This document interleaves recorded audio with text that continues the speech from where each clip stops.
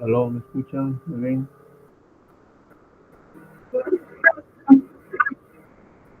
Ya, gracias. Se ve la imagen, ¿verdad? Ok. Bien, por favor, presten atención, escuchen bien lo que les voy a decir porque es importante para ustedes. Presten bastante atención al diálogo. Y yo les voy a pasar el PowerPoint al final de clase, no desconfianza de eso. Ya. Entonces vamos a conocer la clase de la patología vascular neuroquirúrgica.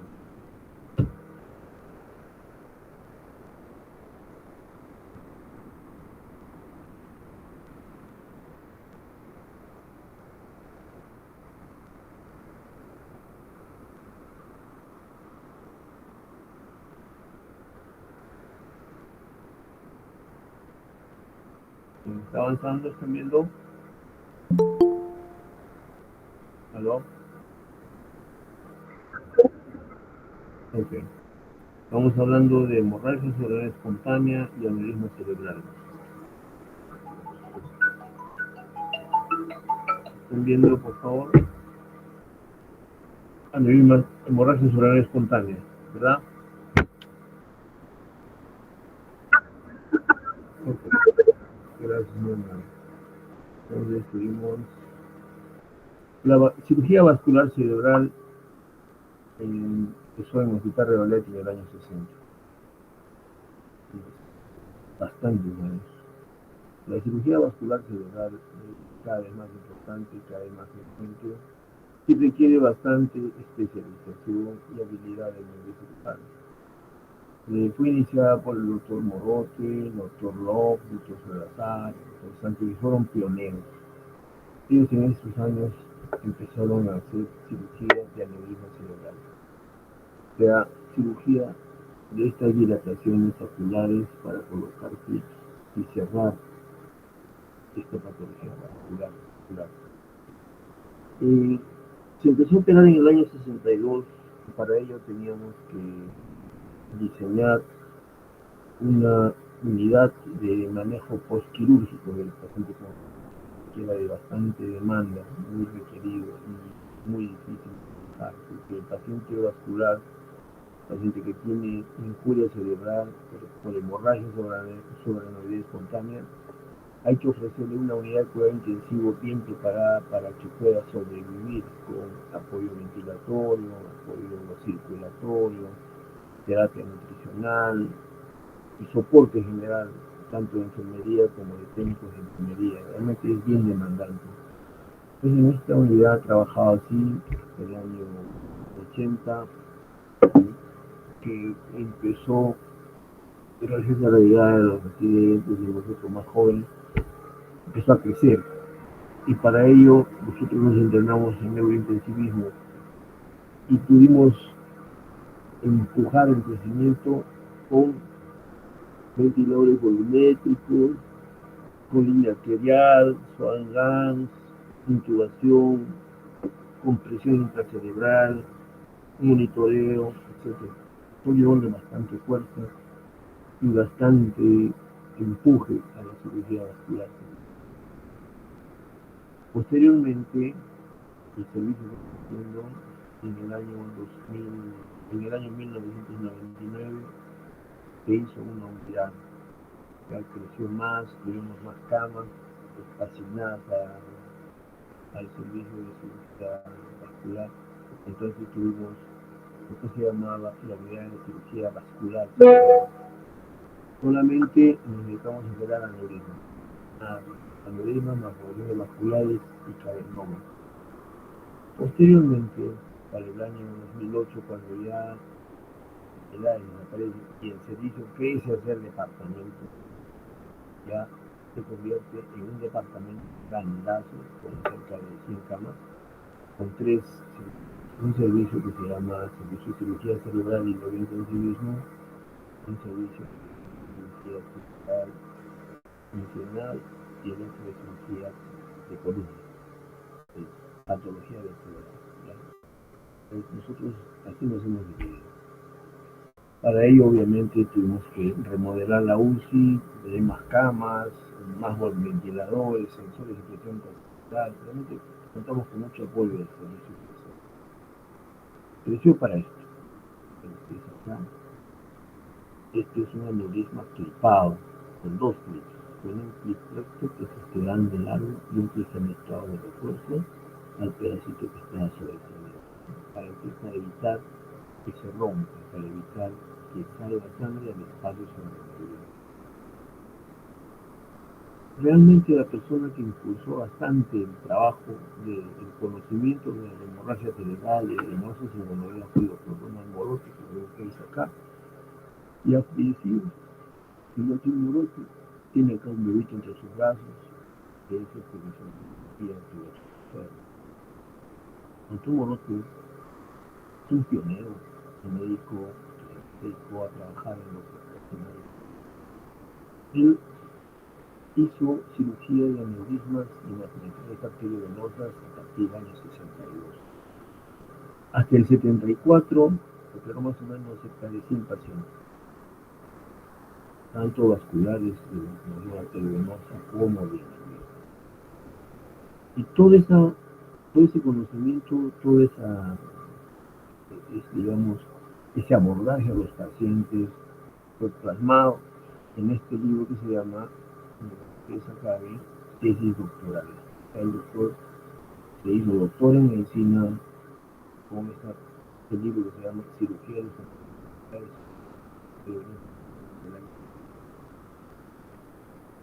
Es un libro que nos ha regalado y nos tenemos como un tesoro. Es para nosotros de mucha importancia, porque fue un regalo de una persona que trabajó y nos formó a nosotros como neurocirujanos. El doctor Morote nos enseñó a entender qué cosa es un aneurisma. Un aneurisma es una dilatación en un punto donde hay bastante estrés hemodinámico. Entonces acá la sangre sube con impacto de chorro en esta división, debilita la pared y hace un saco aneurismático. Acá ven ustedes igual otro aneurisma en el cuello y en la idea de los colegas neurocirujanos de hace muchos años, especialmente Walter Dandy, que fue el primero que en el año 1936 colocó el primer clip con ustedes acá. Bueno, eso no es la Dandy, vale. Ya el cuello.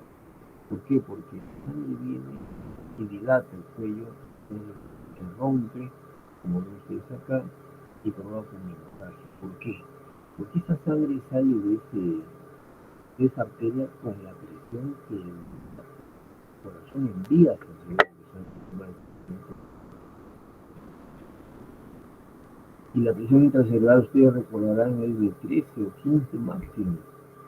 Entonces, esa diferencial de presión hace que la sangre, digamos, difunda en ese espacio y provoque pues, una catástrofe, un cataclismo con la claro, o sea, nivelan con ese edificio, por este edificio que estoy señalando, la sangre sale a la presión de 140, 130 milímetros de mercurio.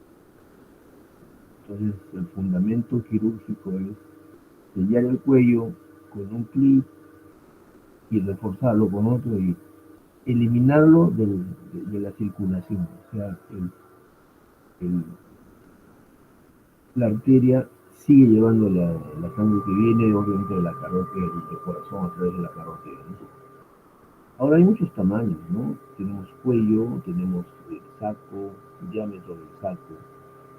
Generalmente se mide el diámetro del saco, que es acá 6.1 milímetros. Para eso usamos bastante tecnología que nos permite.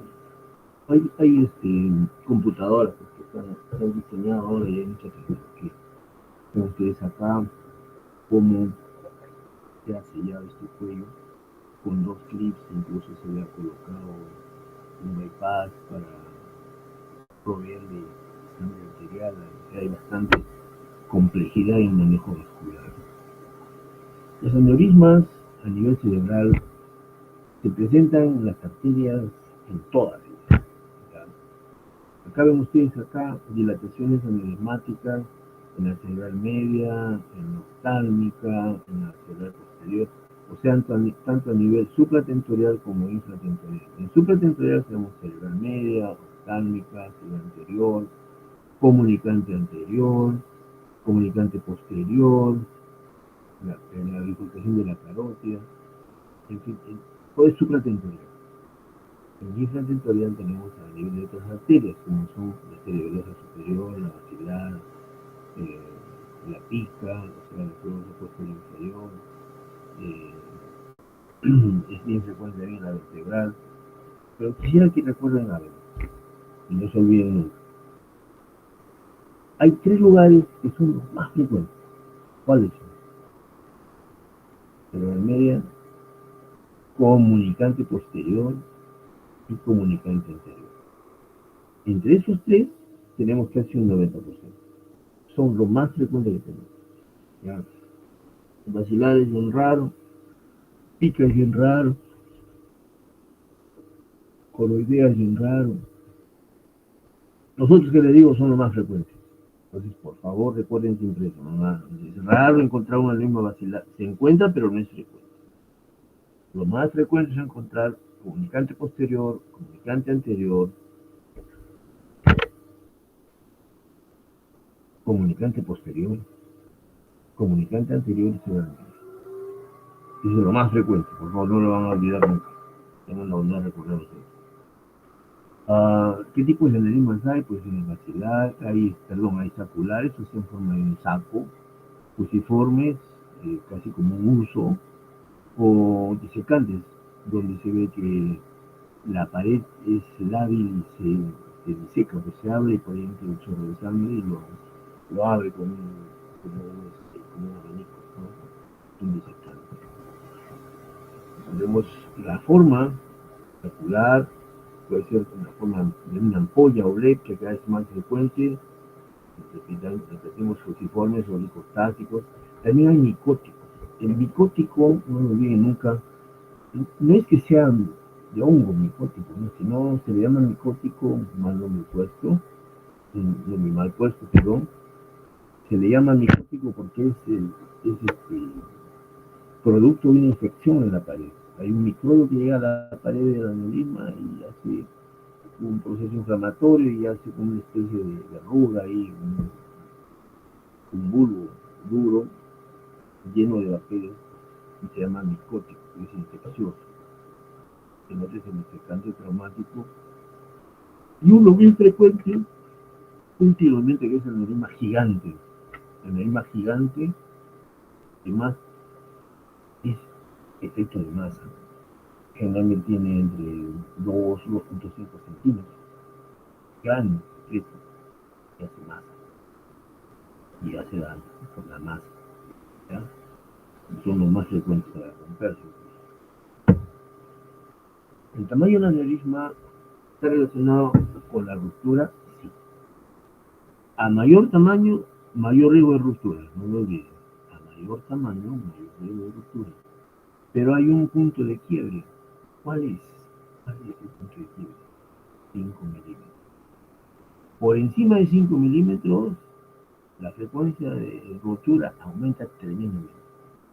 Entonces, si ustedes les reportan o les informan o les consultan de un aneurisma de 2 milímetros de diámetro, eso no se va a romper, pues.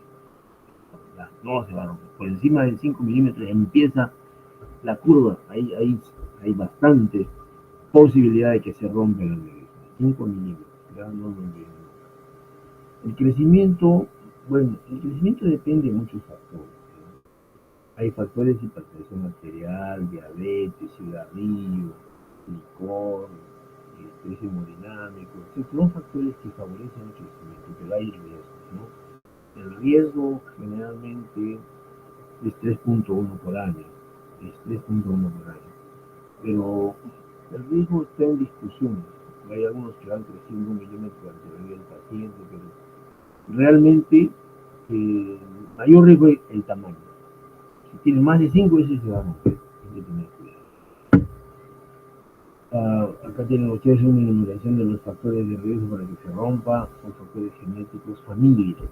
Hay familias que tienen el papá, el abuelo, la hermana, la tía, con aneurisma cerebral. Son las familias que tienen trastornos en el colágeno, en la pared de la arteria y bastante tendencia a ruptura.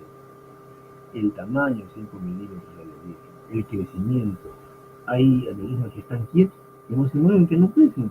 Y otros que crecen pues, 1 milímetro, 2 milímetros por año. Eso tienen que esperar. La localización. Generalmente, donde hay una bifurcación, eso se rompe. ¿Qué hay? Eso, la bifurcación de la carótida, la cerebral media, la comunicante posterior, la comunicante anterior. Son áreas de bifurcación de arterias y ahí es débil la Y, la bifurcación. Por ejemplo, acá, dígame el cursor, acá es una de bifurcación, acá es una de bifurcación, acá es una de bifurcación. Entonces ahí se dilata. Acá es un área de impacto y bifurcación. Esta es la basilar, choca acá y es frecuente en el mismo de la basilar. Entonces son frecuentes. La forma de saco, la forma bulbosa tiene más posibilidad para romperse. ¿No? El flujo, el estrés hemodinámico es un factor importante, ¿no?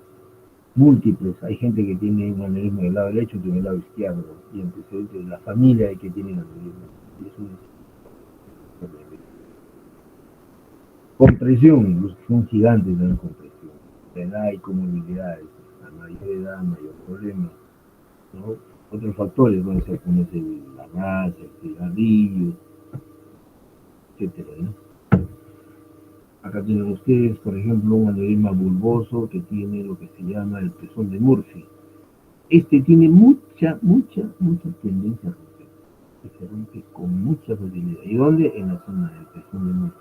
Es débil. Entonces el impacto viene y ¡plum! Lo rompe. ¿De acuerdo? Estas imágenes que les estoy pasando son imágenes, digamos, obtenidas por arteriografía y a través de la máquina, que la computadora que la procesa en forma tridimensional, que son los avances que tenemos actualmente, pues, ¿no? Esos avances son los que más hace la computadora son espectaculares.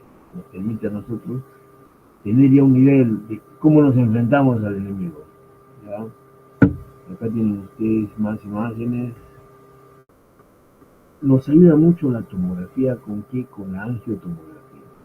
Esta es una tomografía y se le ha hecho una angiotomografía donde se ve esta imagen de este aneurisma cerebral grande, gigante, con un cuello difuso. Entonces, nos ayuda muchísimo.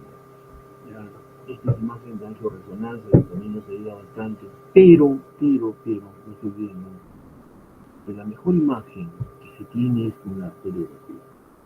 La arteriografía es catalogada y considerada como el estándar de oro, o sea, es lo mejor. Justamente la arteriografía nos da mucha información.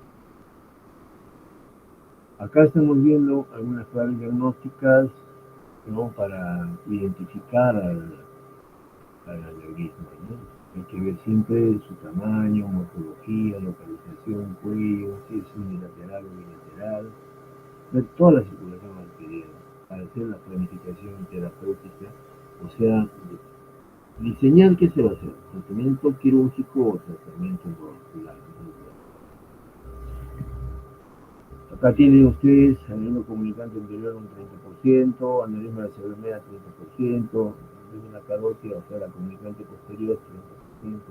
Son lo más frecuentes que hay. En cuanto al sangrado de la comunicante anterior, ven ustedes, el sangrado es hemisférico, hace sospechar mucho la presencia de la sangre en la historia periférica de un aneurisma.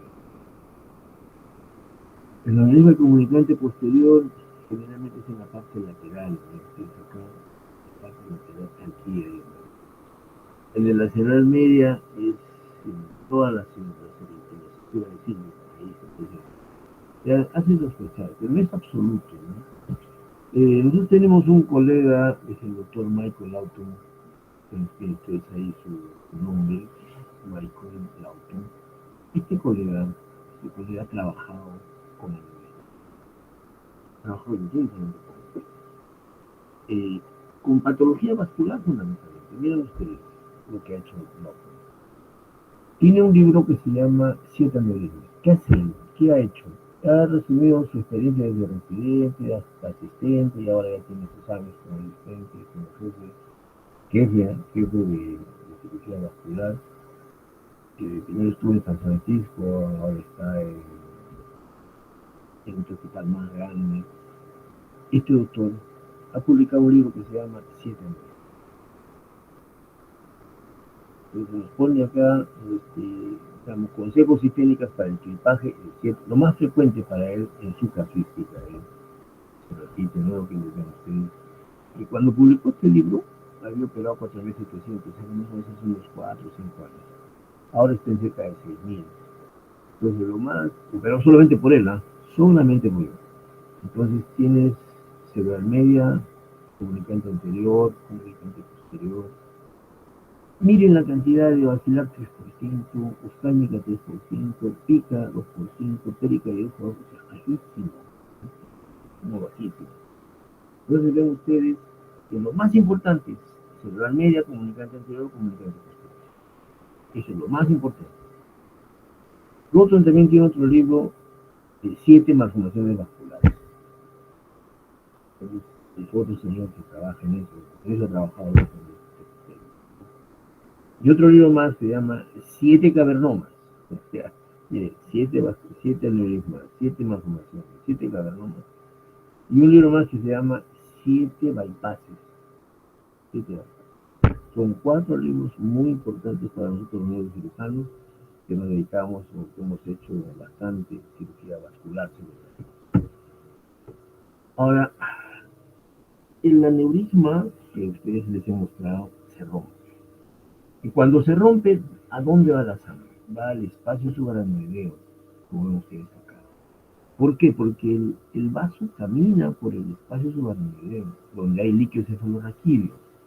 Por eso es que cuando se rompe un aneurisma, el líquido cefalorraquídeo se tiñe de sangre, rojo, está hemorrágico. Entonces, el diagnóstico de una hemorragia es hacer una punción lumbar, en unos casos, ¿no? Hay que hacerla. Haciendo la punción lumbar encontramos el líquido hemorrágico. Entonces, este paciente tiene una hemorragia cerebral. ¿Por qué? Porque la sangre difunde, y ven ustedes como en la tomografía pinta a todas las cisternas, porque las cisternas obviamente están llenas de agua, de líquido cefalorraquídeo con la sangre desempeñada. Y acá tienen ustedes la imagen de un sangrado con todo el polígono de Willis, la cisterna cercana, la cisterna anterior, la posterior, llena de sangre. Igual acá, llena de sangre. Igual acá, llena de sangre.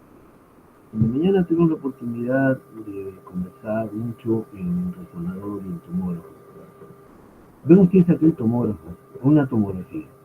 La tomografía trabaja con densidades, como se les dijo en la práctica. Densidades. Entonces, este es hueso, este tiene calcio, estoy señalando, va a tener densidad de Hounsfield de 1000. Esto es aire en la nariz, es aire negro, densidad de 0. Esto es agua, el líquido cefalorraquídeo, sería 1.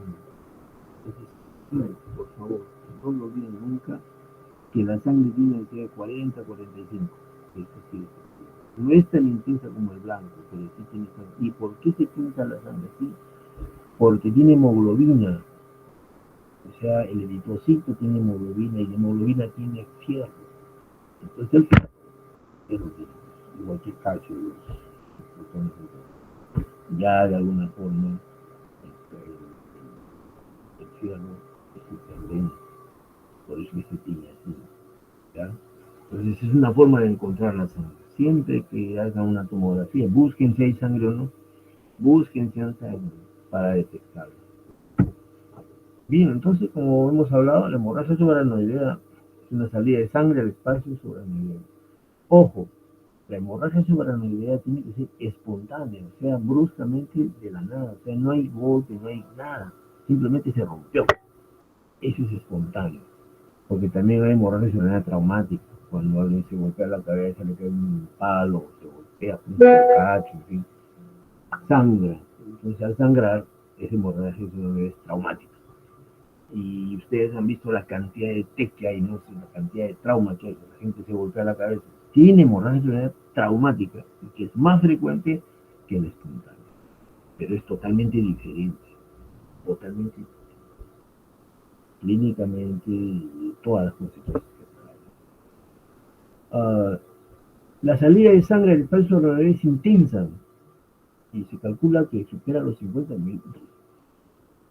Entonces, todo, todo el espacio renal, toda la sangre se tiñe de, todo el espacio, todo el líquido cefalorraquídeo se tiñe de sangre. Se tiñe de sangre. Es importante recordar que cuando ingresa la sangre, ingresa más presión, ya les dije hace unos momentos. La presión de 120, 130, la presión del líquido cefalorraquídeo, o sea, la presión intracelular es de 15.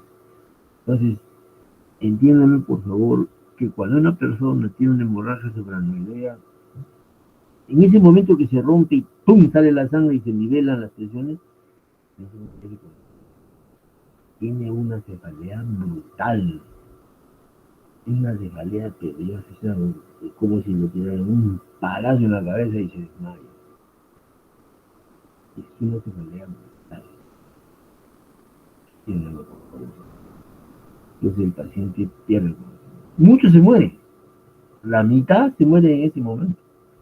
¿Por qué? Porque si la rotura es muy grande, no se puede coagular, no se puede, sigue saliendo sangre y lo mata. Hace un coagulazo y lo mata. Y hemos escuchado nosotros cuando a veces nos hablan de un caballero, un viejito, que fulano, ¿te acuerdas del caballero? ¿Qué pasó? Le ha dado derrame, dicen. ¿Qué es el derrame? Eso, pues la hemorragia supraranoidea. Es el derrame.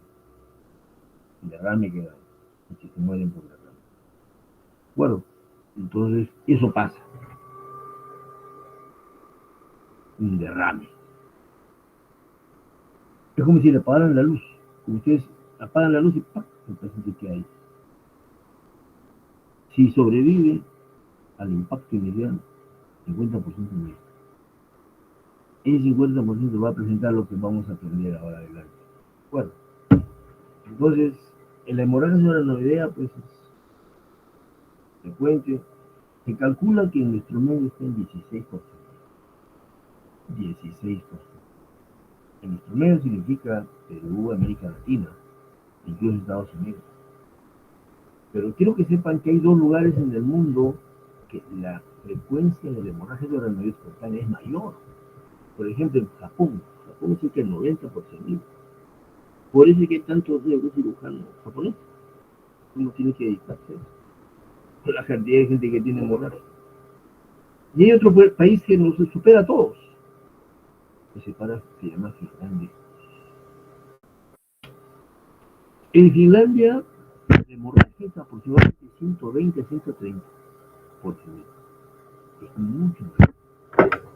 Y en Finlandia pues tenemos mucho neurocirujano, muchos amigos de nosotros, ¿no? Como el doctor Fernández que ya falleció. Es importante recordar que esta hemorragia pasa siempre en gente joven, 55 años. Y cuando ocurre, a veces el paciente queda tan secuelado que ya no hay quien trabaje. Lamentable, tenemos que entender que la mitad fallece. Hay isquemia secundaria y hay pacientes con mal resultado. Entonces tiene un problema social enorme. ¿Por qué? Porque hay pérdida pues, de años de vida productiva, ¿no? Es terrible. Entonces ven ustedes, casi un 80% de los aneurismas cerebrales provocan hemorragia cerebral. O sea, la hemorragia cerebral es provocada por un 80% por los aneurismas cerebrales. Es bien frecuente. No es frecuente así como la hemorragia cerebral espontánea, la malformación, la trombosis venosa, el cavernoma. No, no, no. De largo es el aneurisma cerebral. Acá vemos una revisión de la epatogenia. La causa exacta es desconocida hasta la fecha, pero le aducen, pues le achacan al cigarrillo, al alcohol, a la hipertensión arterial, a la raza negra, que porque tiene hipertensión, genéticamente pues hay familias que tienen, etcétera, que es más frecuente en las mujeres. Todos estos factores son relativos. Son factores de riesgo a considerarlos, pero no es absoluto. Por favor, no es absoluto. Entonces, tenemos que tener eso en cuenta y en la patología.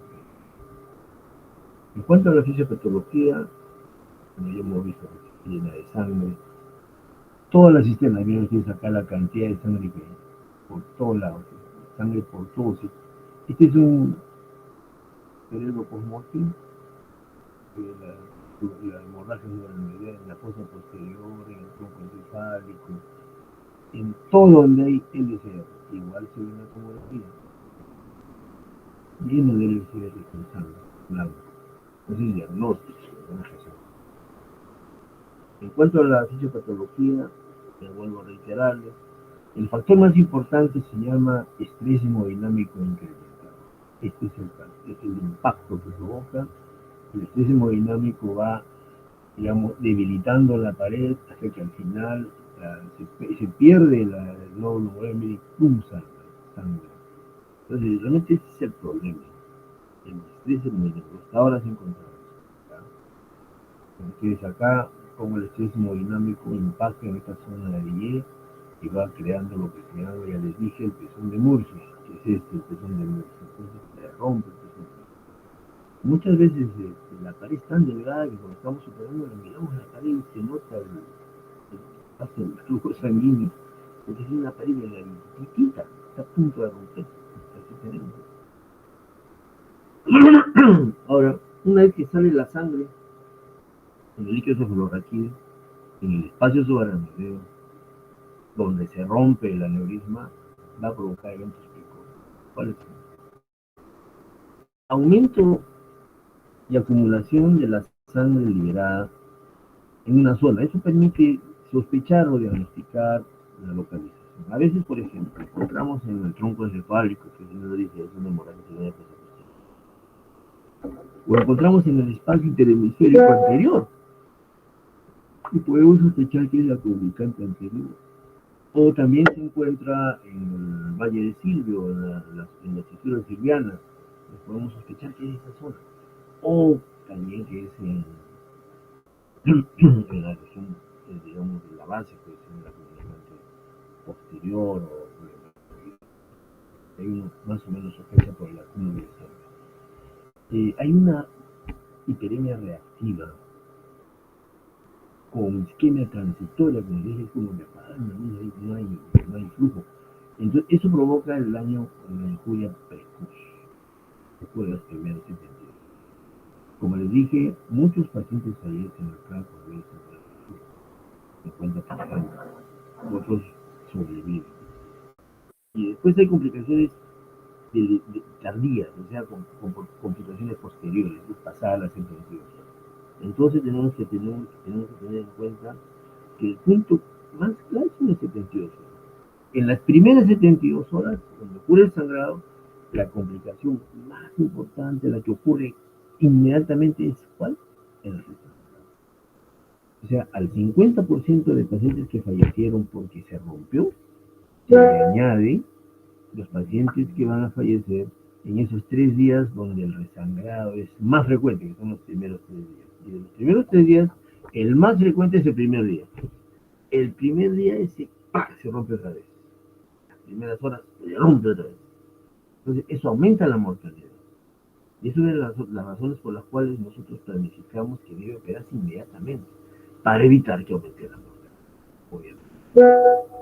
Pero también ocurre que hay complicaciones tardías, como por ejemplo, después de las 72 horas se presenta el vasoespasmo.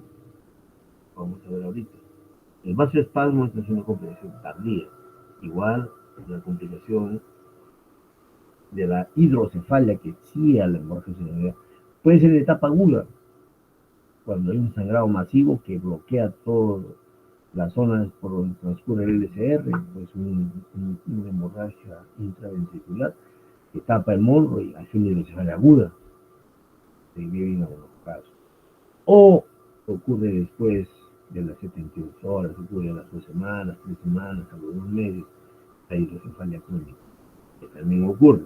Pues vamos a ver. Acá ven ustedes por qué es dañina en la primera etapa. Ya se ha estudiado detenidamente que la sangre ejerce un efecto mecánico. es un efecto de masa. Pero a medida que se va degradando la sangre, va creando complicaciones por activación del sistema simpático, gracias a todos los cambios celulares y oxidación. Aumenta el estrés oxidativo, la inflamación, las citoquinas, etcétera, que traen como consecuencia que el sistema simpático se exacerba, o sea, se hiperactiva. Al ocurrir esto, esa activación tan alta del sistema simpático va a traer complicaciones cardíacas, complicaciones como edema pulmonar. O sea, disfunción cardíaca, se dan cuenta. Todo eso no está. ¿Ya? Y a medida que pasan las horas, van apareciendo las complicaciones sistémicas de los casos. ¿Cuáles son? Edema pulmonar neurogénico, daño miocárdico, procedimiento corchudo, muscular de cuesta, veces cardiográficos, hiponatremia, el CIRS, que sea la respuesta inflamatoria sistémica. El informe de respuesta inflamatoria sistémica. Todo esto que provoca la hemorragia tengo que tener en la cabeza. ¿Por qué? Porque tenemos que combatir contra eso. Ahora, a medida que pasan las horas, ya el problema es otro. ¿Qué pasa? Ocurre que empieza a haber zonas de vasoconstricción, en donde cuando se juntan pues, las plaquetas con microtrombosis, se activan las plaquetas y los eritrocitos, y entonces a ver áreas de estenosis, o sea, microtrombosis por constricción, lo que es acá. ¿Qué ocurre aquí? Se cierra el vaso, hay vasoespasmo, hay un vasoespasmo severo que se transmite con clínica. ¿Cómo? El enfermo empieza a tener complicaciones neurológicas. Entonces ustedes operan a un paciente, al día siguiente ocurre el sangrado y al cuarto día empieza a tener espacio, empieza a tener trastorno motor. Entonces, ¿qué va a ocurrir? En los espasmos floridos. Eso es una complicación.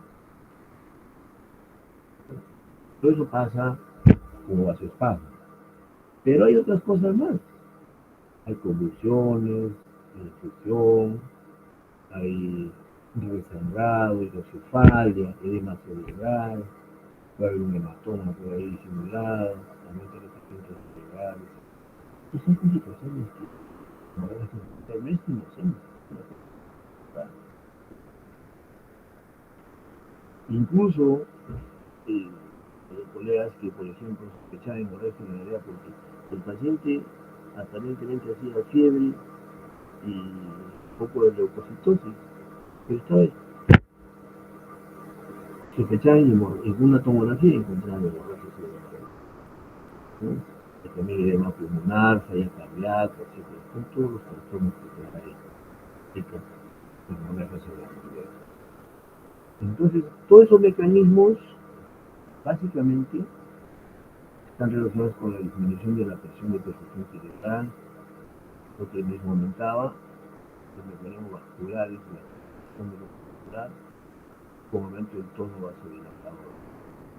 Y el estado simpático que trae como consecuencia vasodilatador. Ese estado simpático que se cierra las arterias se debe a catecolaminas, radicales libres, eicosanoides, hemortelina, vasopresina. Todos ellos son producto del metabolismo del eritrocito. Bien, con todo lo que les he comentado, entonces vamos a presentar el cuadro clínico del paciente que tiene hemorragia cerebral espontánea. El paciente que tiene hemorragia cerebral espontánea a veces presenta una hemorragia centinela o síntomas centinela con hemorragia menor. Describe entre el 15 y 30%. Hay signos warning, ¿saben? Signos de alarma o cefalea sensible. Pero cuando ocurre el sangrado vemos signos meningios, constridos de nuca, la cefalea es brusca, espontánea, sin esfuerzo, inmediatamente ¡pum! Que el paciente ese inicio de enfermedad tan brusco, tan espontáneo, así, tan directo, siempre uno debe sospechar de inmoral. El paciente tiene fotofobia, la luz lo estimula demasiado, tiene náuseas, tiene vómitos, hay una alteración del estado de conciencia que a veces lo lleva al coma, en coma. Después, clínicamente se encuentra el síndrome de Terson, que es el de la hemorragia subarachnoidea. Permite diagnosticar o sospechar cuando estamos en duda de que había una hemorragia. También hay compromisos de los nervios oculares oculomotores, por ejemplo, tosis palpebral, hay estrabismo. Esto cosas que a uno le hacen sospechar, ¿no? También hay convulsiones a veces. Entonces ven ustedes que hay bastante sintomatología para tenerla en cuenta. Lo fundamental es el inicio. Es una cefalea brutal, intensa, que se llama Thunderclap, o sea, como un trueno en la cabeza, un rayo que suena en la cabeza, igualito, hemorragia, no uno lo escuadra. Es casi como decir que el paciente refiere, me dolía la cabeza, pero este es el dolor más desgraciado que he tenido, más brutal que he tenido, más intenso que he tenido. Eso es mucho, mucho. Otros síntomas que también se ven y que ayudan a pensar es el dolor de espalda, disfasia, trastornos en el tercer nervio craneano, dolor orbitario, síncope, o sea, se desmaya, trastornos en la marcha inestable, cambios en la visión o parece, ¿no? Entonces, en vista de que es tan importante en emergencia para ustedes ahora que van a ser internados dentro de poco, es muy importante sospechar hemorragia de la rodea. Entonces, para eso se ha hecho una escala de predicción clínica, o sea, más o menos, eso ha sido hecho en Canadá, me parece, en Canadá, en Alberta, sí, en la Universidad de Alberta, en Canadá.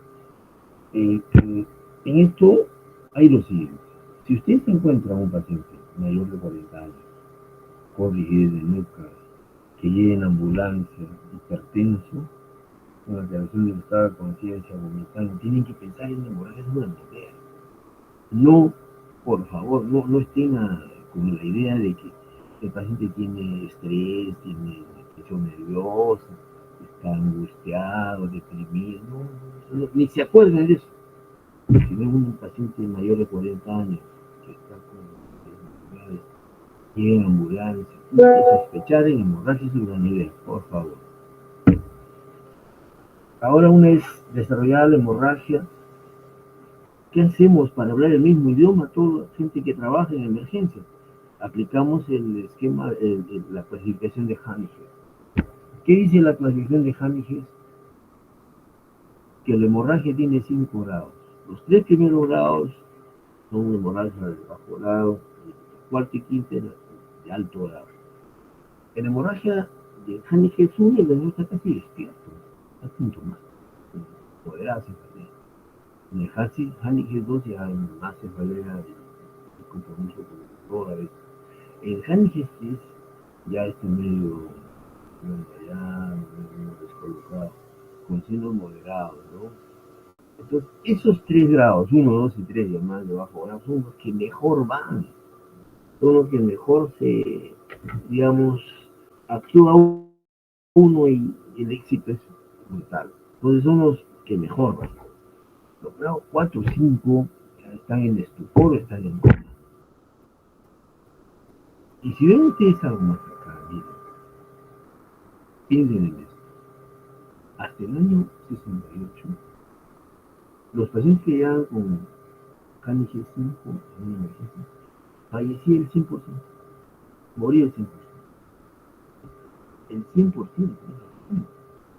Ahora no, ahora va a estar limitado. ¿Por qué? Porque hay bastante salvataje,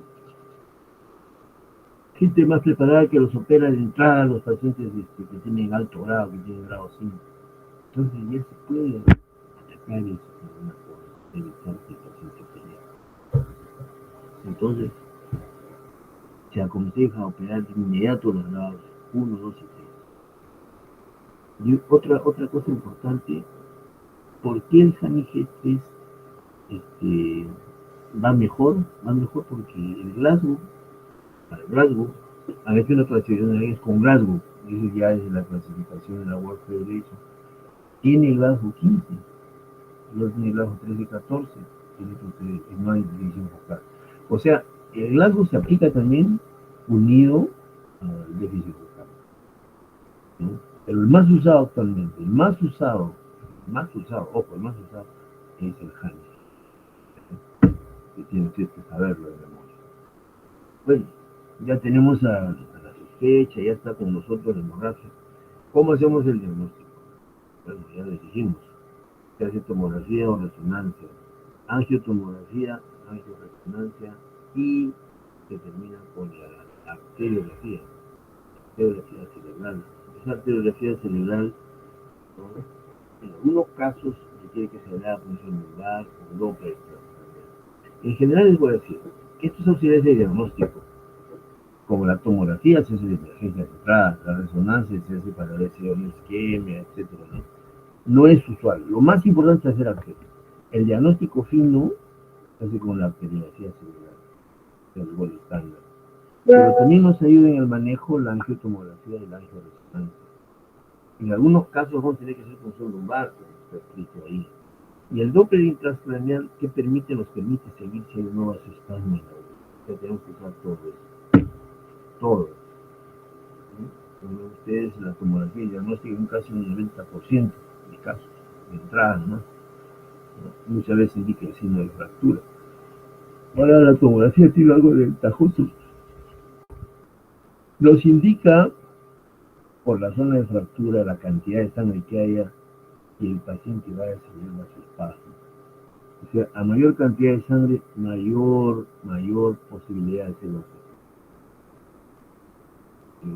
Cantidad de vasoespasmos, mayor posibilidad. Acá tienen ustedes una pequeña sombra blanquecina de sangre, que sale desde el angiotomografía y parece la nariz, que tiene doble. Así es lo mismo que se ropa, ¿no? Entonces, la tomografía es muy importante, permite la angiotomografía incluso, porque se orienta mucho, ya tiene más angiotomografía. Ahora, la, la tomografía también tiene que entender ustedes que nos ayuda mucho por la cantidad de sangre a hablar de vasoespasmo. O sea, a mayor cantidad de sangre, mayor vasoespasmo. Pero hay un detalle, la cantidad de sangre se mide por la cantidad de sangre que ha ingresado a los espacios, etc. Y ven ustedes acá que se habla de la escala de Fisher. La escala de Fisher mide la cantidad de sangre que se ha vertido en ese paciente. Entonces, a más sangre, más Fisher, más vasoespasmo. ¿De acuerdo? El que tiene Fisher 1, por ejemplo, es bravo que da vasoespasmo. El que tiene Fisher 4, sí. El que tiene 3 también. Entonces, a más alto el Fisher, a más cantidad de sangre dentro del periodo de la cisterna, mayor frecuencia de vasoespasmo. También, como hemos escuchado, si hace resonancia, en algunos casos, en todos. En la resonancia generalmente queremos buscar la zona isquémica, la zona de sangrado. Es interesante porque la resonancia es sensible hasta los 45 días. ¿Se dan cuenta? O sea, si alguien viene y se sospecha sangrado, le hace la resonancia y te sale que ha tenido sangrado. Pero hay casos en los cuales el enfermo llega, por ejemplo, a la semana, al 10º día, y ya no se puede hacer muchas cosas. ¿Por qué? Porque la tomografía es negativa, pero ha tenido clínica de sangrado. Entonces, ¿qué hacemos? La función lumbar es diagnóstica, ayuda con el tráfico, ayuda con el centro crónico, amarillento, ayuda porque hacemos una pesquisa en el líquido centro y encontramos quién es capaz de ¿no? Pero hay un problema. No hay que hacer función lumbar si el enfermo tiene un coágulo, tiene una toma. Pues si ustedes hacen eso, ah, ya, entonces, hace admiración. Entonces, no hay que ser metiche. Claro. Alguna vez obtenía el líquido, si el líquido es hemorrágico, pues ya está cantado, ¿no? Pero si el líquido es cristalino, medio amarillento, cristalino casi con tendencia a blanco, entonces tienen que hacerle espectrofotometría. Ahí se ve de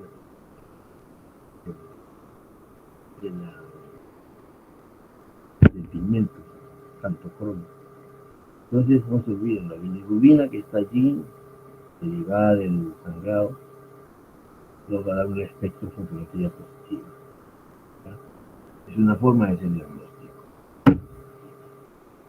¿Hay errores frecuentes en el diagnóstico? Sí. En hemorragia subaracnoidea, pensar pues de que es estimulación, que está con pena, que son cosas que tienen que ver calma, ¿no? Hay que sujetar, la ley inusual en un paciente.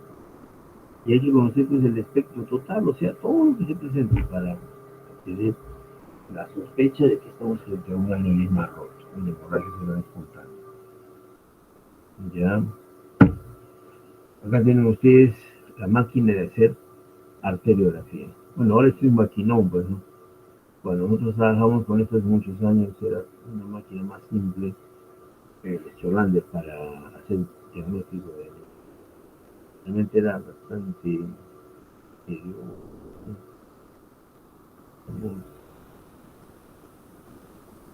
nunca nos hemos puesto nosotros a pensar que estaba mal lo que hacíamos. Nosotros hemos trabajado porque tenía que hacerse, ¿no? Acá tienen ustedes la arteriografía.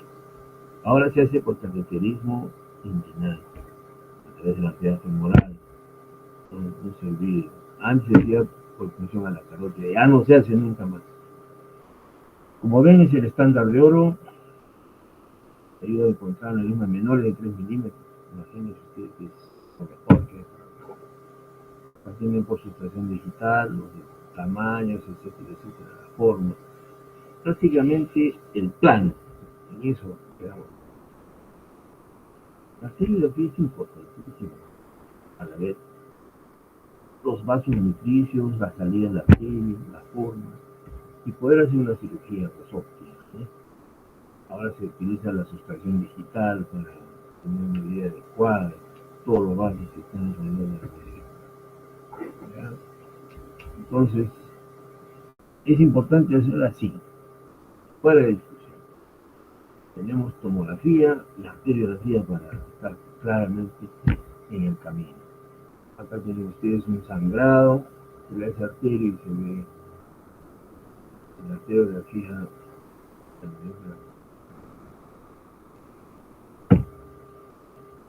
Ahora, ya tenemos sangrado, tenemos diagnóstico, sabemos lo que ha pasado, pero ¿qué ocurre? ¿Cuándo lo operamos? Lo ideal es operarlo inmediatamente. Tiene sus ventajas y desventajas. Pero las veces que se ha hecho la espera a la mortalidad propia del aneurisma, por la espera se le añadía esa mortalidad porque se sangraba.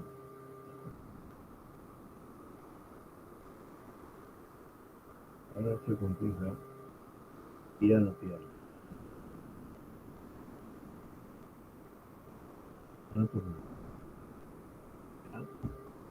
Y tratar cada caso como si fuera el único. No hacer normas generales. ¿Hay factores a favor de operar inmediatamente? Sí.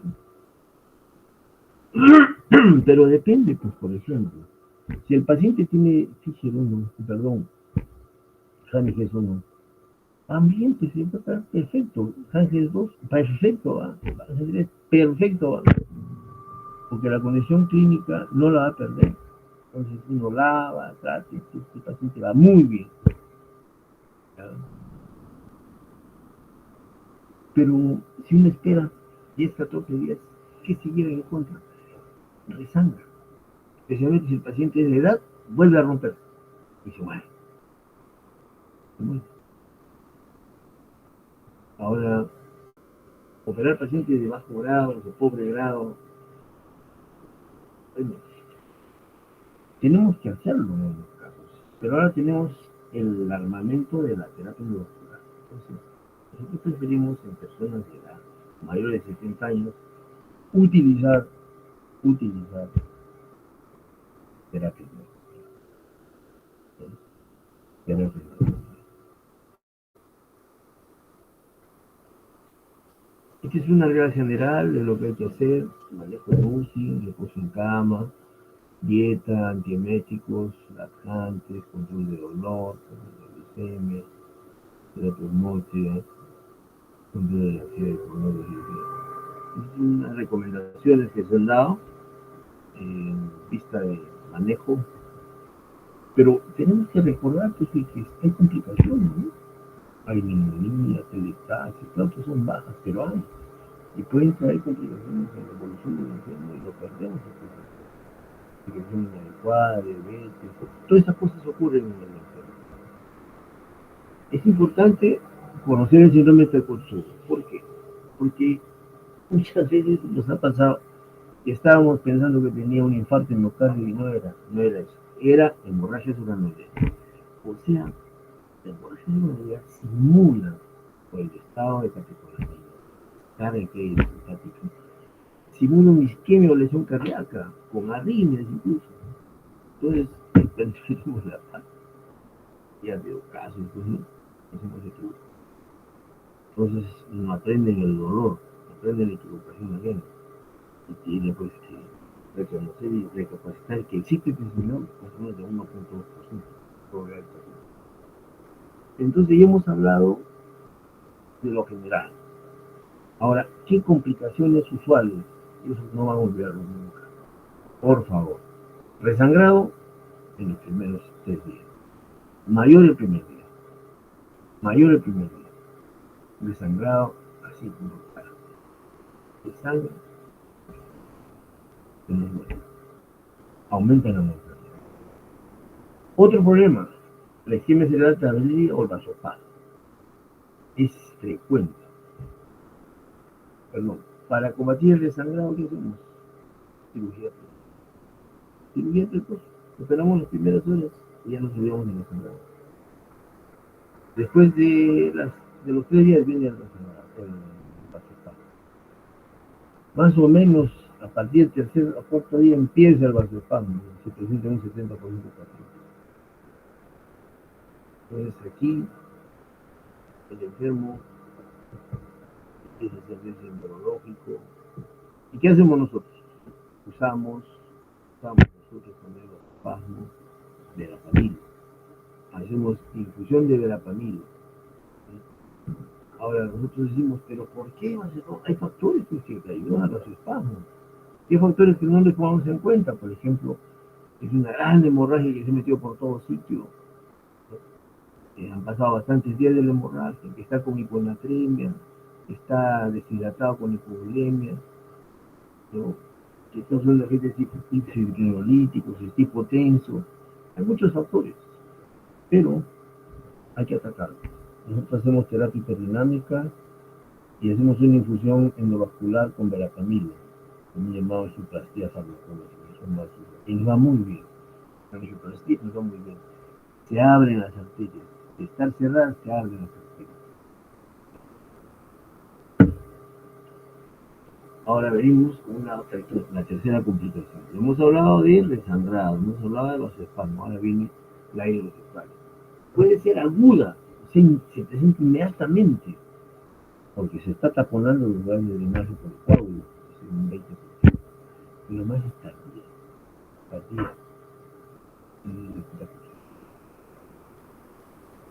Ahora, estas personas de edad se les mantiene, en algunos casos se les pone válvula, ¿no?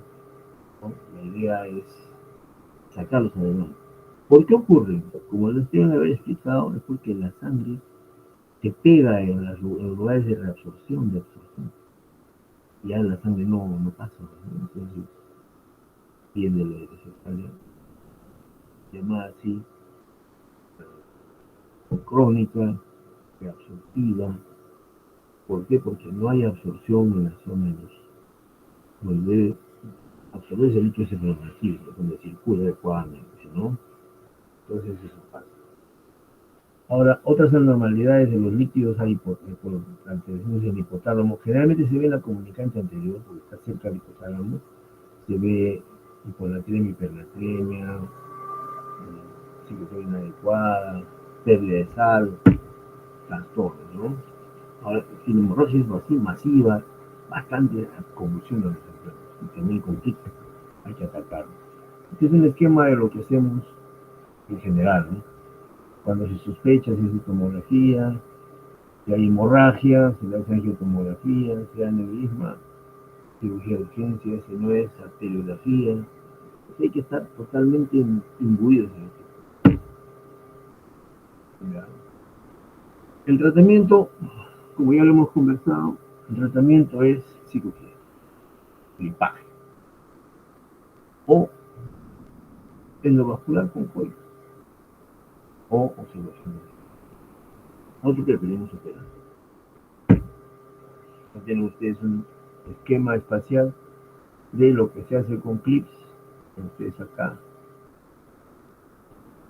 en esta parte de acá, con clips, con clips. Acá se le pone 5 clips, un clip, 2 clips. O acá terapia endovascular, los coitos, ampliando el brazo. Entonces tenemos los dos tipos de tratamiento. En el hospital hacemos nada. Depende de la habilidad, de la experiencia, pues, ¿no? Para hacer esto. Pero tenemos que evaluar las características anatómicas de la neurisma, fríamente. La localización, el tamaño, los riesgos y beneficios del paciente. También hay que tener en cuenta que el paciente no quiere operarse, no quiere que le corten la cabeza, ¿no? Pero tiene sus problemas. También ver el estado del paciente, o sea, si está hipertenso, crónico, si está con EPOC, con insuficiencia renal, etcétera. Entonces preferible hacer terapia endovascular. La cirugía abierta la ponemos versus el clipaje. Ambas tienen cosas a favor y cosas en contra. Nosotros hacemos las dos cosas, pero siempre tratamos de buscar para el paciente, no en general, sino para el enfermo, lo mejor. Lo mejor. ¿Ya? Si es más joven, por ejemplo, CLIP, si es más de más edad, 70 años, COI, es una lesión grande que requiere, con coágulo hay que limpiar, pues de modo hay que entrar también. Está bien descompensada, hay que hacer craniotomía descompresiva, se hace. O también por el lugar, es bien complicado hacer pasar la guía para colocar el código, pues es bien complicado, es tan fácil. Es más complejo así en la cerebral media. Entonces en la cerebral media, bien riesgoso, bien complicadito de llegar. Igual la pericardiosa también otro lugar bien difícil. El edema gigante también tiene características no favorables.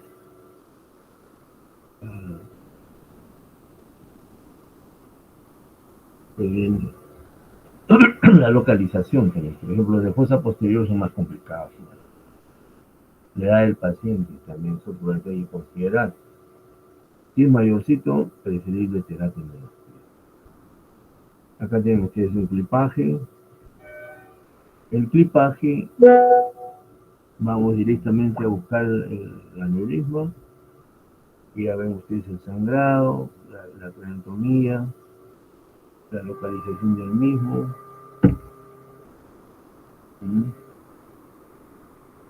Ahora, cada vez más, por el diagnóstico que se hace en pacientes a los cuales se les pide tomografía, angiotomografía, angioresonancia, electiva por dolor de cabeza, por lo que fuere, se encuentra un aneurisma. Entonces, el paciente tiene un aneurisma no roto. Es frecuente, cada vez más frecuente. Con el uso de la resonancia es más frecuente encontrar aneurismas no rotos. En estos casos de aneurismas no rotos, hay que tener en cuenta que hay algunos que se rompen más. Hay que tener en cuenta unos factores. ¿Qué factores? Por ejemplo, ven ustedes acá. Si es de Finlandia, tiene 5 puntos. Le dije que es un lugar de alto aneurisma, 5 puntos. El japonés, 3. Si tiene hipertensión, si es mayor de 70 años, si el tamaño es más de 7, ahora es más 5, más de 5. Si ha tenido antes hemorragia. Y la localización, por ejemplo, si es de carótida, tiene 0 puntos. Los más frecuentes son el comunicante posterior y circulación, porque eso se rompe más. Entonces, eso nos hace pensar en que los aneurismas no rotos hay que observarlos bien y tomar una decisión bastante. Otra cosa importante es detectar que a veces tienen compresión del tercer nervio craneal y vienen con tosis palpebrales, son notados de alto. Se necesitan simuladores, etc. ¿No? Que den en cuenta eso. Los aneurismas gigantes, que el manejo es bastante difícil, controlativo. Realmente ahí lo que se trata es abordar la masa, antes que pueda problemas. ¿No? ¿Qué cosa? El problema que es bien difícil es para terapia endovascular, pues son grandazos. Nosotros hemos operado a muchos aneurismas gigantes que han sido tratados con terapia. El aneurisma gigante actúa como una masa, hay que pensarlo así, hay que sacarlo. ¿Ya? Entonces el tratamiento quirúrgico es bastante de nada, la gente, es microcirugía. Hay desventajas, ¿no? Por ejemplo, muchas veces esperando la cirugía se rompe, o a veces hay inadvertidamente riesgo pues, de lesión de los vasos, clipaje de arterias importantes, o jalar mucho el cerebro, etc. En fin, hay una serie de disquisiciones que están en contra de la cirugía directa. Pero cuando un equipo es bien entrenado y tiene curva de aprendizaje adecuada, tiene un aneurisma, esos clips ahí, esta otra parte es la terapia endovascular. Por eso ustedes acá, el punto de estrés vascular se ha hecho con un aneurisma y se está rellenando con cobre. Son de titanio. Acá tienen ustedes cómo se rellena con cobre. Ahora, no todos los aneurismas son candidatos a COVID, pues hay que discutirlo, ¿no? Hay casos tortuosos, ¿no? Pero bien en buenas manos, bastante aplicable al tema, ¿no? La embolización también se llama endocirugía, porque va por dentro del vaso, se llena. Tenemos casos de bastantes tratamientos últimamente que nos ha dado satisfacción, ¿no? Entonces los coils permiten que sea un trombo y se aísle el aneurisma de la circulación general. Los filamentos son de titanio desprendibles, o también se coloca a veces un stent, que es para moderar la zona arterial y poner con calma, esperar que vaya remitiendo también de la medicina. Estos son aparatos más nuevos en cuanto a terapia endovascular, el pipeline, es como un tubito que se pone y aísla el aneurisma. Ha habido bastante éxito con el uso de pipeline últimamente, o diversores de flujo también se llama. Entonces, las ventajas de la terapia endovascular se trata de aneurisma de bajo grado, hay menos tiempo de anestesia, se puede tratar múltiples, las complicaciones son aceptables, a veces paliativas. Es una tecnología que está desarrollándose cada vez más, cada vez más. La desventaja más importante es la recurrencia, en algunos casos es bastante alta. Entonces, ese riesgo de retratamiento es más costoso, es más peligroso, y lo más que hay que usar es anticoagulación y tener enfermos. Por eso sí, para gente mayor de 70 años. Aquí les pongo a consideración de ustedes algo que hemos hecho en el año 18 y 19. Es nuestro reporte, más o menos se han operado en total 1.292 cirugías en 2 años, ¿no? Más o menos 53 por mes, y en 3 grupos, ¿no?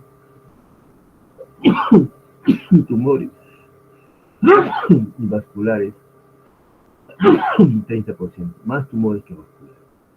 Hemos operado 400 casos de patología vascular. casi el 84%, 85% es aneurisma. O sea, es bien frecuente los aneurismas.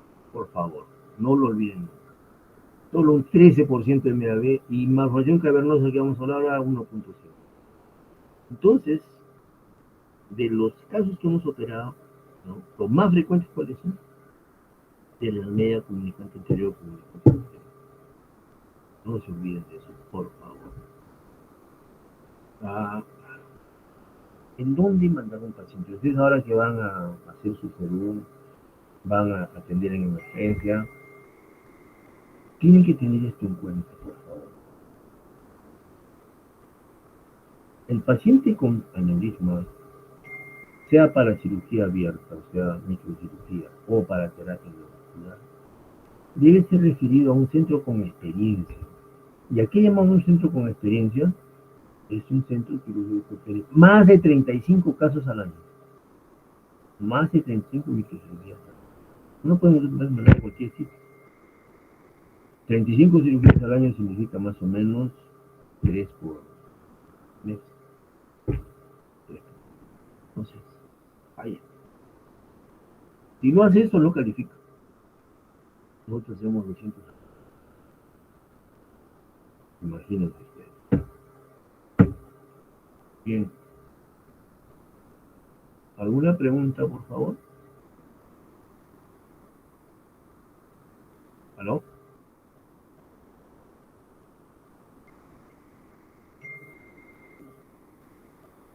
¿Aló?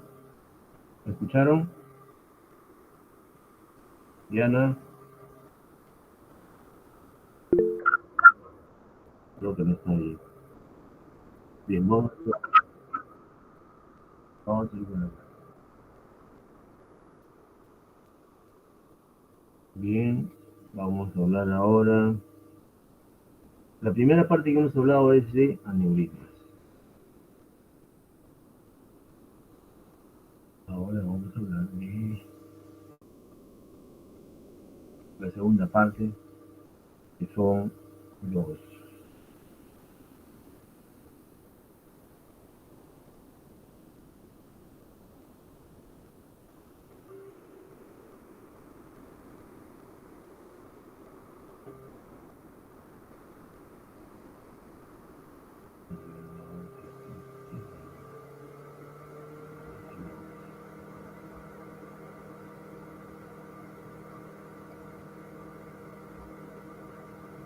¿Están viendo, por favor? Ok. Ahora ven.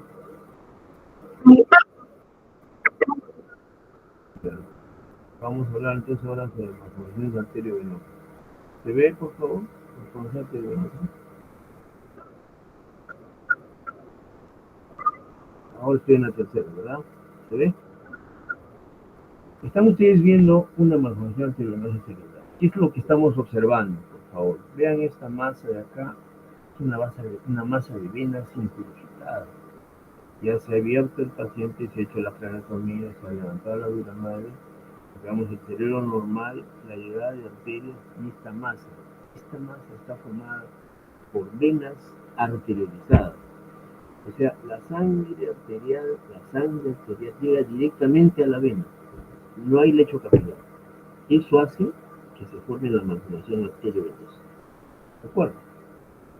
Entonces, la malformación arteriovenosa es una colección anormal de vasos sanguíneos, en los que el flujo sanguíneo llega directamente al drenaje venoso sin capilares. Y están ubicadas pues en la región intraventricular, intracerebral, cortical, hay todos los lugares donde se puede colocar una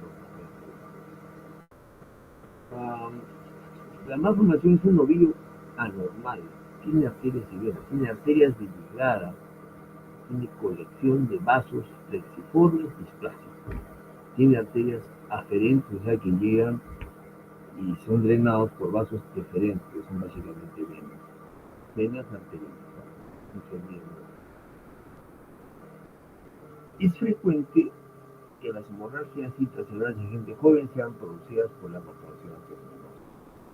Entonces nosotros tenemos que ver que en un joven normotenso que tiene un hematoma intracerebral no va a creer que sea una mácula hematomática. El riesgo anual de ruptura es de 2 a 4%. Es importante recordar esto. No se olviden nunca esto que les digo. El aneurisma es una malformación, es una lesión adquirida. A diferencia de la malformación, es una lesión congénita, o sea, nace con eso el paciente, nace con eso, es congénito. ¿Por qué? Porque es una alteración del proceso de modelación del lecho vascular. Entonces, congénita. La malformación es una lesión congénita y el aneurisma es una lesión adquirida. No se van a olvidar nunca eso. ¿Ya? A veces hay cerebro biótico, pequeñas falsificaciones, zona de sagrado. Pero vean ustedes acá, la malformación es esto. Llega a las arterias, ahí no hay lecho capilar y se hace un magma venoso ahí. ¿De acuerdo? Tenemos un aferente arterial, el nido y el drenaje venoso. Simplificándolo, ¿no? Aferente arterial, drenaje venoso y el lecho capilar, que es el lecho conglomerado de vasos de formato, el nido también llamado. Se intentaron muchas clasificaciones. La más antigua era la de McCormick, del año 66, donde se clasifican en arteriovenosas, cavernosas, angiomas, es la descripción de la patología vascular que se ve con frecuencia. ¿Ya? Después, más adelante, actualmente se considera que hay dos tipos de malformaciones cerebrovasculares. Unas que tienen shunt y otras que no tienen shunt. O sea, unas que de frente van a la vena y otras que no. ¿Ya? Entonces tenemos, por excelencia, la que hace es la malformación arteriovenosa y tiene un nido plexiforme o mixto. También las fístulas hacen lo mismo. La fístula arteriovenosa pues une con un vaso o bastantes vasos de pedículos, ¿no? En cambio, las malformaciones cerebrovasculares hinchan, o sea que no tienen llegada, así como que llega directamente a la arteria de la vena, como pues las telangiectasias, el carcinoma, malformaciones hay bastante. Entonces, ese es más o menos la clasificación actual de la patología vascular.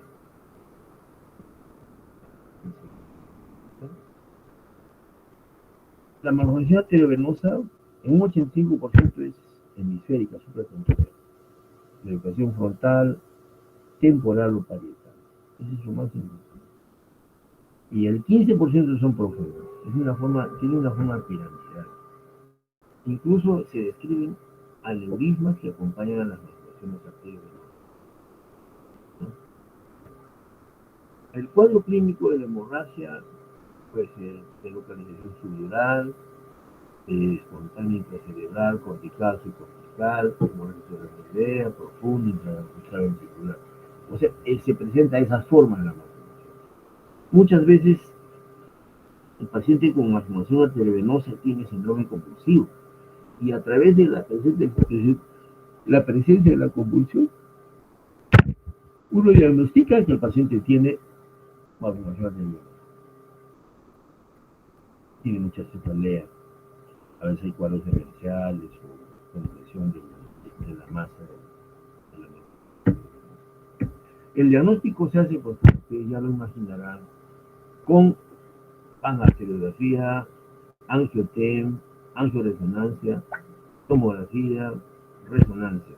O sea, ese es el paquete vascular que debemos tener en cuenta para no olvidarlo nunca.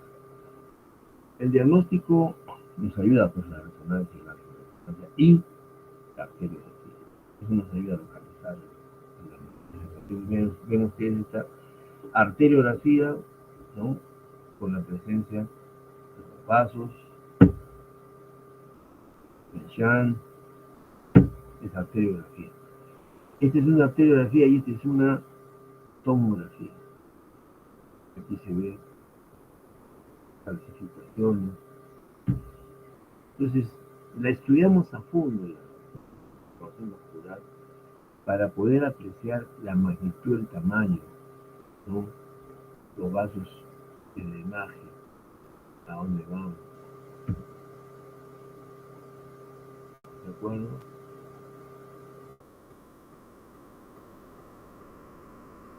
También estudiamos cuando hay emergencia el paciente con angiotomografía. Este es un angiotensión, es la masa, el sangrado, que ayuda mucho. O sea, tenemos que estudiarlo a fondo para tener una idea exacta de lo que, del enemigo, de cómo es la lesión vascular, para poder planificar un tratamiento adecuado. Bueno, tengo que decirles, y escúchenme bien por favor, que nosotros trabajamos con la matemática y la clasificación antigua de MAB, pero las cirugías que hacíamos eran protestantes.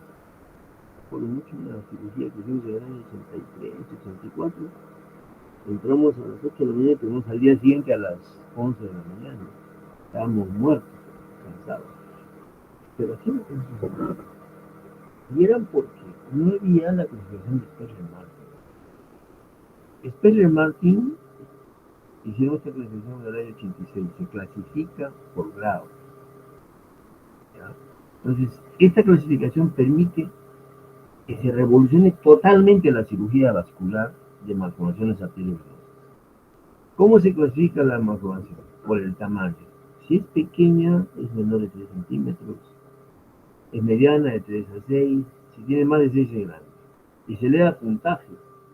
O sea, si es grande, se le da 3 puntos. Si es mediana, 2 puntos. Si es pequeña, 1 punto. Se ve el área elocuente. ¿Qué es el área elocuente? Es el área noble. Es el área noble. Y el área y el drenaje venoso, si es superficial o profundo. Miren ustedes, área noble es la corteza sensorial, la corteza motora, la corteza visual, la corteza del lenguaje, el área de Broca, el hipotálamo, el tronco encefálico, el tronco cerebral, los núcleos cerebelosos. Entonces, todo eso es área noble. ¿Qué significa eso? Que si uno trabaja ahí, va a quedar lesionado. En consecuencia, pues no hay que tocarlo. Uno hace el Speller-Martin y encuentra que hay grado 1, grado 2, grado 3. El grado 4, 5 son los más complicados. Entonces nosotros tenemos ya, por los congresos habidos y por lo que se explica, lo que se habla, y las políticas de tratamiento en distintos sitios del mundo, que los grados 1 y 2 son para cirugía, deben ser operados, grados 1 y 2, sin ningún problema, ninguna secuela, así quedan curados. Curados, grado 1 y 2. Y grado 3 debe hacerse primero Gamma Knife o tratamiento óptico, tratamiento con, perdón, los grados 1 y 2 debe ser cirugía. El grado 3 primero debe hacerse terapia endovascular. El grado 3. Después de la terapia endovascular hay que darle Gamma Knife, o sea, radiocirugía. ¿Ya? El grado 4 o 5 no se toca. El grado 4 o 5 no se observa. ¿Por qué? Porque se dice que el grado 4 o 5 entra caminando y sale cojo, entra caminando y sale en silla de ruedas, entra caminando y sale hemipléjico, o sea, sale con déficit. No, esos no se operan. O sea, no es correcto que el cirujano opere a un paciente caminando y le dé alta coja en silla de ruedas. Inaceptable. Por eso se opera grado 2, grado 3, se hace terapia endovascular y Gamma Knife, excepcionalmente o raramente cirugía. 5, no y no. Y así lo estamos haciendo. Así lo estamos haciendo. Acá tienen ustedes la clasificación de Speller-Martin, o sea, incluso Ponce puso clase A todo grado 1, 2. Ponce, más astuto, le puso clase A, 1, 2. Acá, estos son todos los tipos de MAB que no tienen secuelas, que se operan y sale totalmente el paciente curado. Sin ningún problema. Esta clase B, o llamado también 3 de Speller-Martin, estos son tributarios de hacer terapia endovascular seguida de radiocirugía. Terapia endovascular seguida de radiocirugía. Y el grado 4 o 5, acá ustedes las imágenes de 4 o 5, no se toca. Esos se miran.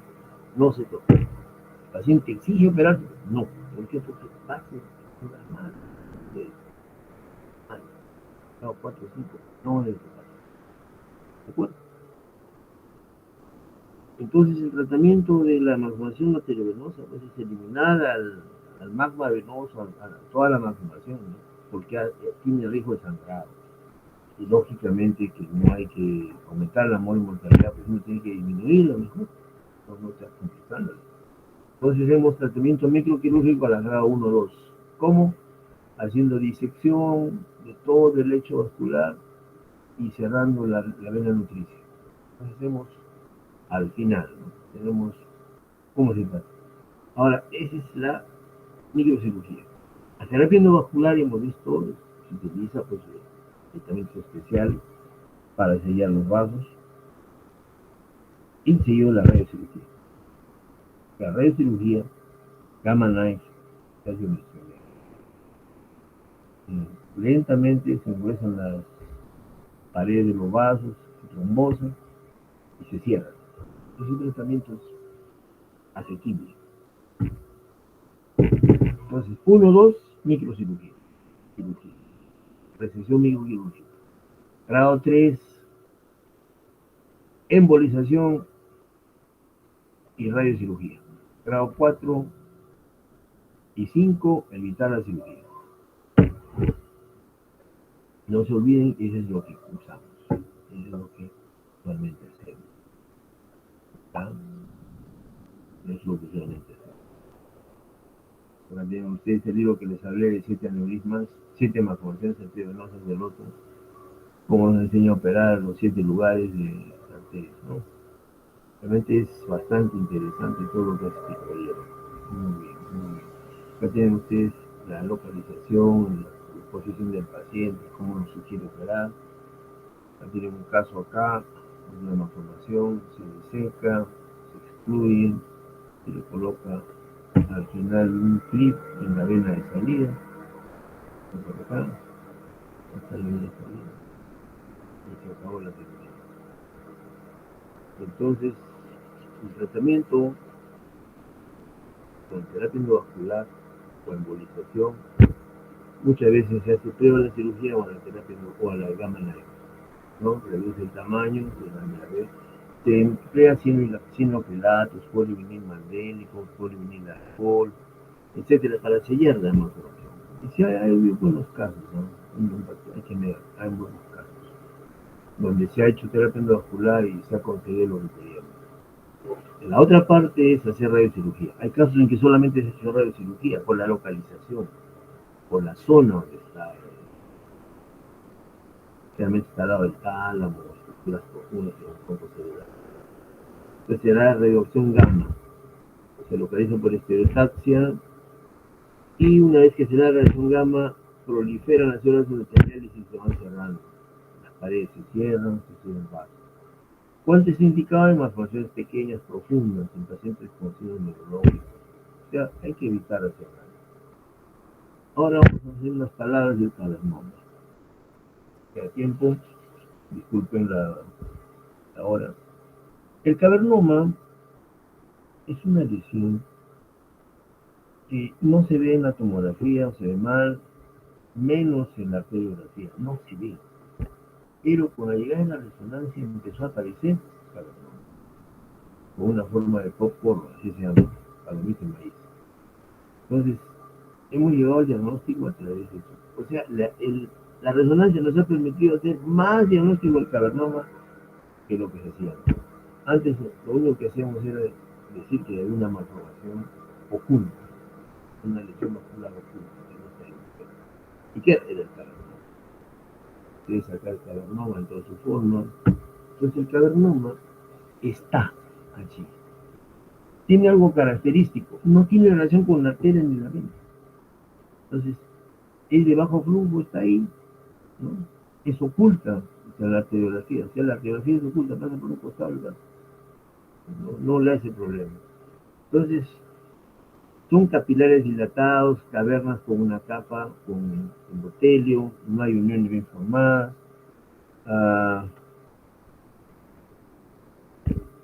El cavernoma es este, bueno, ustedes acá, es extraído, es este pavo cavernoma, es una mora, se saca, hay que sacarlo cuando trae problemas. Se presenta en el 0,4-0,5%. Es frecuente, no es nada raro, ¿no? Hay que aprender a utilizar el cavernoma, muchas veces da convulsiones, se presenta a partir de la tercera o cuarta década de la vida, generalmente da convulsiones, generalmente, a veces da hemorragia, a veces, o crece, hemos tenido como 3 o 4 casos que han crecido y han tenido que ser extirpados, ¿no? El cavernoma, por la localización supratentorial, es bastante frecuente, un 80%. También hay en el tronco cerebral, cavernoma, que dan hemorragia. Nosotros tuvimos la suerte de tener 10 cavernomas de tronco cerebral que los mandamos a hacer gamma knife y nos hicieron polvo. Porque no se da gamma knife de cavernomas, por más que no esté pintado. No. Entonces el cavernoma se diagnostica ¿cómo? ¿Con tomografía? No, porque es inespecífica, se diagnostica con resonancia, según el estándar de resonancia, ¿no? Hace Flair, el núcleo reticular está experimentado, ahí siempre es más palomita en maíz, ¿no? Palomita en maíz.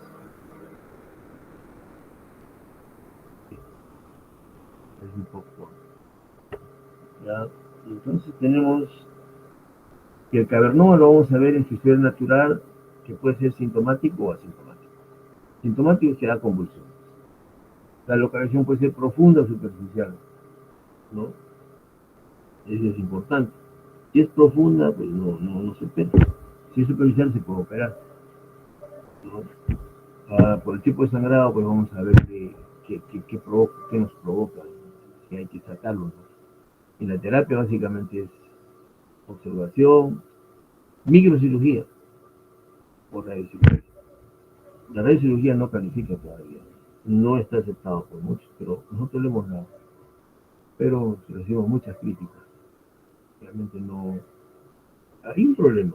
Los que se fueron para malformación terrosa, para cavernoma y gamma knife, nunca más regresaron.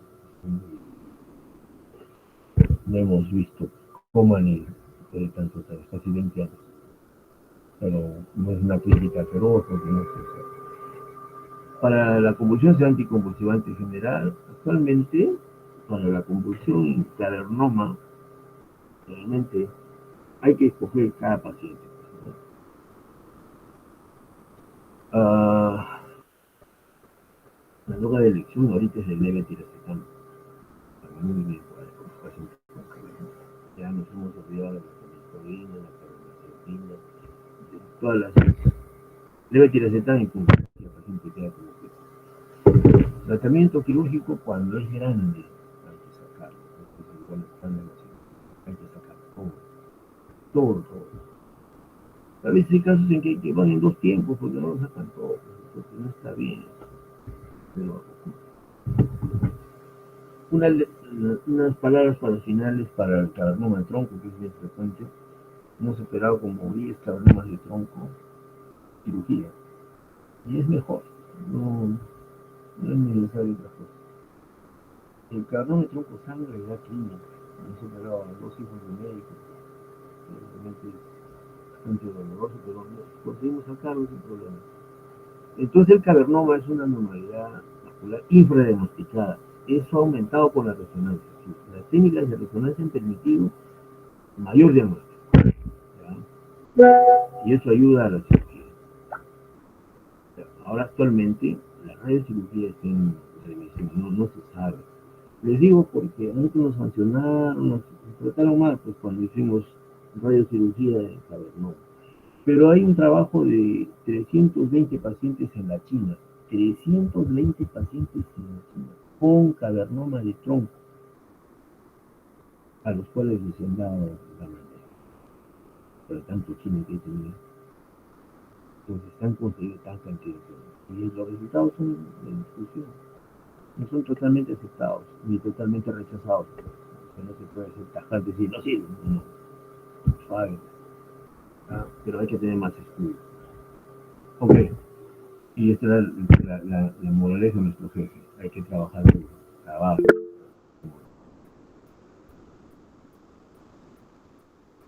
Ok. ¿Alguna pregunta, por favor? Sí, doctor. Una Encantado. pregunta. Sí, doctor Taboada. Bueno, mi pregunta es, ¿cómo era la cirugía de las malformaciones arteriovenosas? ¿Cómo son?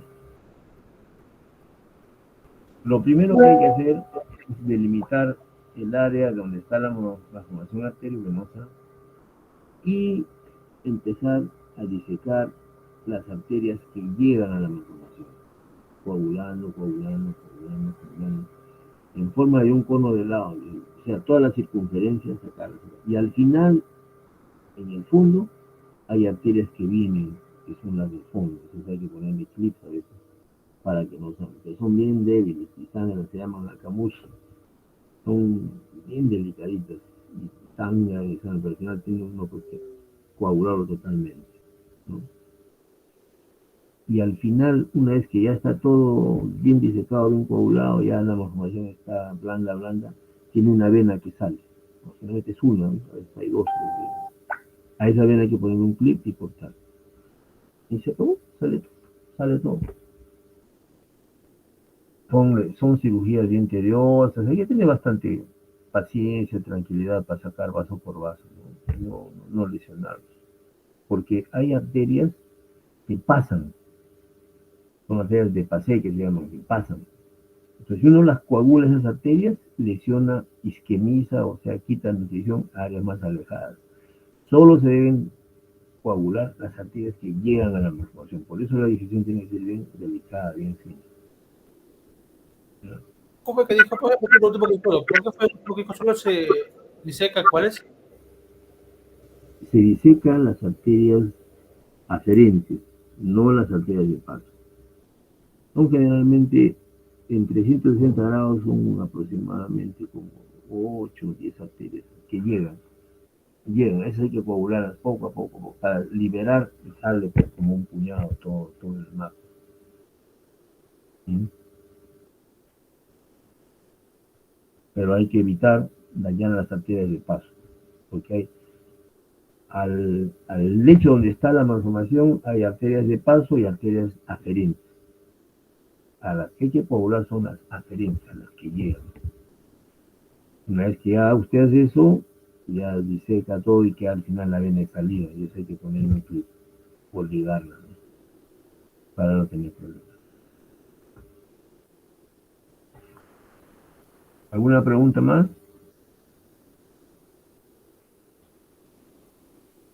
Hola,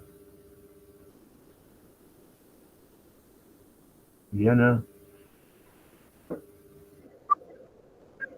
Entonces te envío las imágenes, el Power, ¿ya? Muchas gracias, buenas tardes. Buenas tardes. Gracias.